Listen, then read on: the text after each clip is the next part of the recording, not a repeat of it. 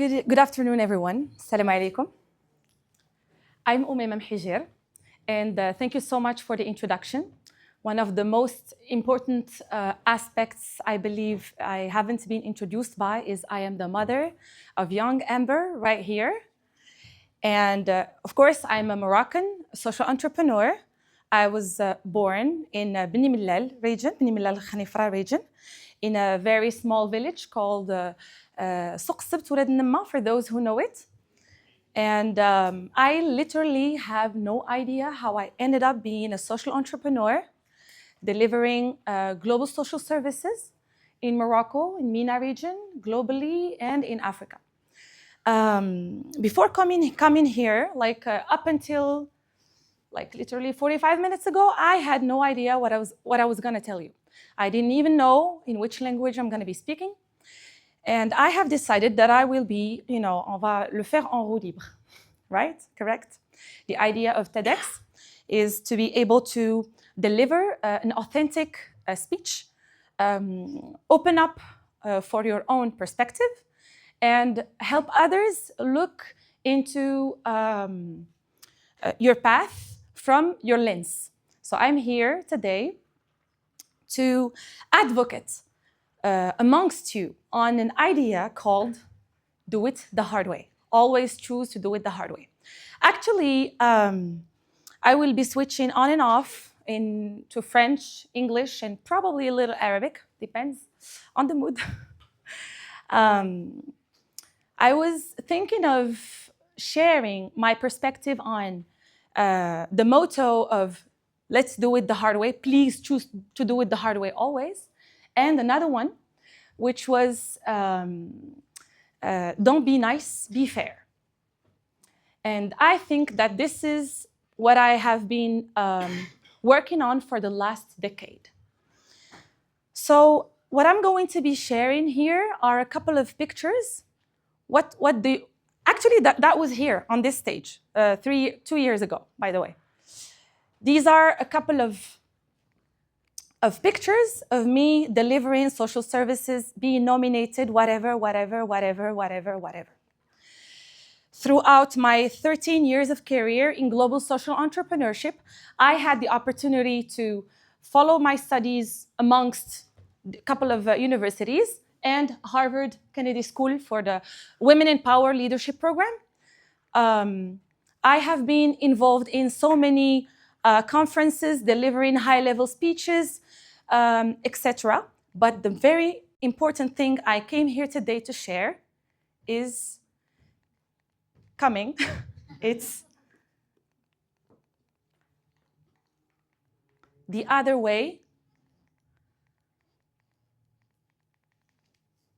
this way. That is me. This is me having to deliver my work while being a mother. This is me waking up very early morning, almost every day.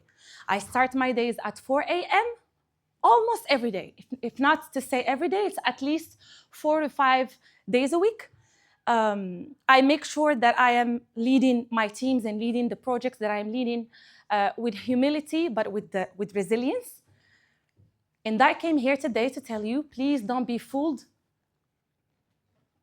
Excuse me. I think there was something missing, but it's okay.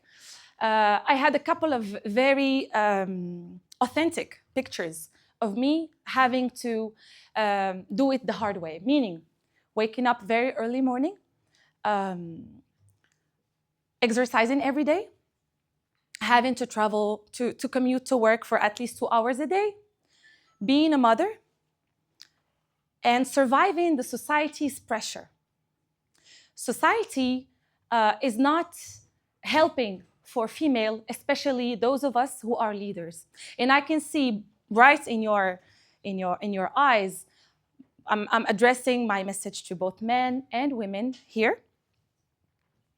But what I wanted to tell you is that if you have to choose a way, please choose the hard one. And if you have to choose a state, please don't be nice, be disciplined, and be fair. I always say to my teams, if we want to be nice, please go sell ice cream. That is not what we're doing here. I'm saying this because I am a product of the national school, and I am a product of what we call social ascension, l'ascension sociale. So I was born and raised in Beni Mellal, as I told you, سوق السبت ولاد النمة, off of a family of agricultures, off of a family of a معلمة, like my mother, الله يرحمها, used to be a primary school teacher. And it wasn't, let's say, the easiest life that we've had. And I can see many people here nodding. I can see that we all meet at some point. Having to go through high school, finding myself in a national school of applied sciences and becoming an engineer, I had a choice. After receiving my engineering diploma, I found myself into what we call Amal Women's Training Center and Moroccan restaurant based in Marrakesh. So Amal is what we call a social enterprise, but social enterprise idea didn't exist properly like what we are saying what we are seeing and witnessing today back in 2013, back in 2014. So what I was doing is that I had joined Amal Women's Training Center as a communications manager, something I literally had no idea about. I had to study Spanish. I had to enhance and better my English. I had to learn sign language, and I had to learn Braille. Why that? Joining a nonprofit organization delivering a vocational training program for marginalized women coming from very difficult backgrounds. I'm talking about divorced women, widowed women, and single mothers. And believe me, the society is not being so gentle on single mothers. The first 2 weeks humbled me so much. I thought that I was, coming out of this engineering school, joining a nonprofit organization, working for literally nothing. Like the salary was literally like it was a joke. But I loved what I was doing. Yet, I thought that I would come with my diploma thinking that I made it all. First week, I met my manager. Now he's my mentor, and I call him Azizi. Azizi, for those who are coming from Marrakesh, like my older brother, whatever. So Moulay Hassan was my very first manager, a great leader. He taught me leadership, and he taught me management from the grassroots. So in Amal Women's Training Center, we teach those women restaurant skills, and we sell those products and deliver those services like waitressing services as being a training experience for them in the philanthropic restaurant, which is, by the way, the third best restaurant ranked in TripAdvisor. So we took the bar high, and we were delivering a social, service towards this category and helping them all across the training find the proper job. Day one, from noon to 3 p.m., we have this restaurant with people who come. They want to serve the cause. They want to eat some good food. And they know that they are helping somehow a mechanism that supports women, right? And then I was invited to do the waitressing. Like I was invited to do waitressing, and I thought that I was something superior to delivering this service, that was rule number one that I learned. I said, actually, no, I'm here to do communications management. I'm happy to deliver communication management services. At that time, Instagram started popping. I was doing some, newsletter work and whatever, and social media management, but I'm not here to do waitressing. Moulay Hassan Al-Adlouni, who came from an amazing career who had an MBA in the US, who worked in Sweden, who worked in the US, who has a series of hotels. He owns hotels in Marrakesh, and who comes with a bike, right, to work, would say, okay, you don't want to, it's fine, Umayma. During lunchtime, during the service time, I would see him go, grab, clean the tables and being so humble with the people. I thought, who do you think you are? Who do you think you are? And that was rule number one. I learned humility from a grassroots experience. And as we agreed, Moulay Hassan and myself, we take off the nose. نحيدوا النيف. أنفة. Take it off. That was my very first rule. I've worked in this field, and I have learned for the first 2 months that was exactly what I wanted to do.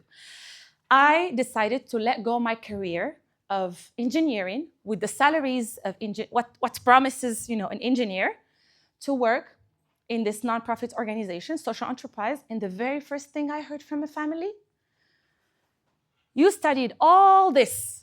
You were ranked 4th best baccalaureate grade in the whole region. And you have gone through your 5 years of engineering school, and not an easy engineering school, to become a waitress. That besides grassroots work, I had to learn something from the basics. I found myself doing an MBA in human resource management, and doing it the hard way, as I told you, helped me embrace the hard way of learning and doing things. But being so good in what you do, whatever you do, even carpenting, even as I always tell my teams, you just do it very good. Do it extremely good and work yourself so many times on it that you become the very top best one in whatever field you want to do. Any field. It doesn't have to be tech, AI, the tendencies currently, anything. Just do it very well. And believe me, guys, you don't even ask for anything. You don't chase anymore. You attract things. One day, I receive a call from the United States Foreign Affairs Services saying, hey, we think someone saw you in this conference and you did so well that he recommended you to enroll in this program, in this exchange program. And that was the very first time I traveled, abroad and to the United States.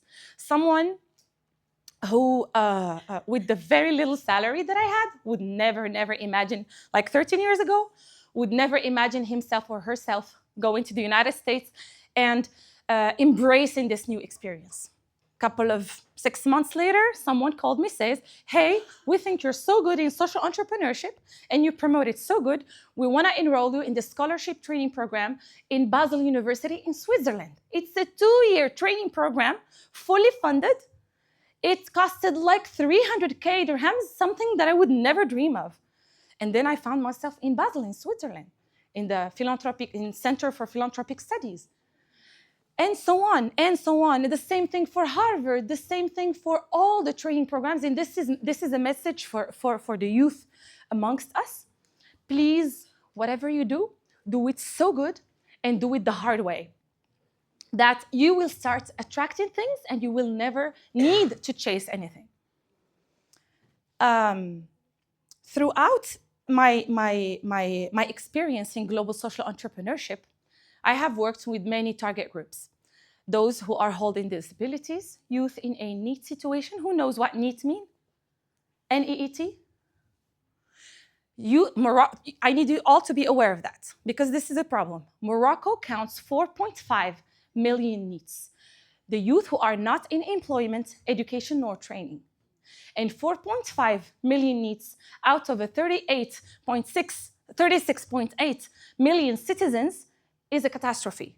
And Africa counts 70 million NEETs at the moment I'm talking to you. And within 2050, Africa is going to count 330 million NEETs. And this category group needs someone, a group of people, organizations, a systemic change that thinks for solutions that can address this problem. So finding myself within this social entrepreneurship field made me learn that I didn't choose the easiest path. In fact, you can see in a couple of those pictures that I am into different conferences, being nominated to so many awards: Global Social Entrepreneur of the Year, Face for Change by the United Nations System in Berlin, Germany, Dominic Ben Brahim Award from the United States Embassy, blah, blah, blah, blah, blah, blah. But you cannot see what actually is, what you're paying for it.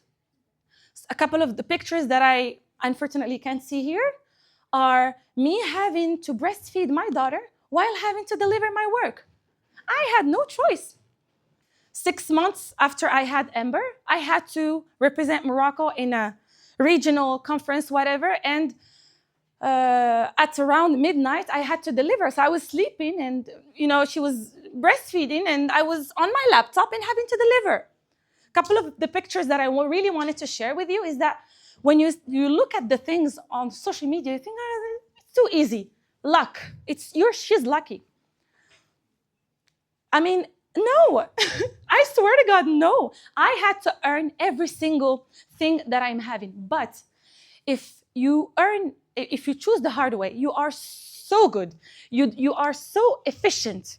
يعني efficient أكثر من efficace. That people want to be around you, and people chase you, and people want to serve you just for him or her to be next to you in a way or another. Waking up very early morning every day is not an easy task. Having to, carry, to do a 2-hour commute every single day is not an easy thing to do. Having to eat my food in my car is not something easy to do. Not having breakfast, never having breakfast at home is not something easy to happen, right? I do remember a couple of the pictures that I wanted to share with you are having a terrible back pain, yet having to deliver your work. So you find yourself, I really want to tell you this. At one of the very interesting conferences I had to deliver, that's one of, that was when I was CEO for a 120 human resource organization. But the thing is, having, that was from my burnout. That was, terrible, terrible things. That was me breastfeeding Amber while having to, that was the Sunday work, whatever. That was the night I told you about.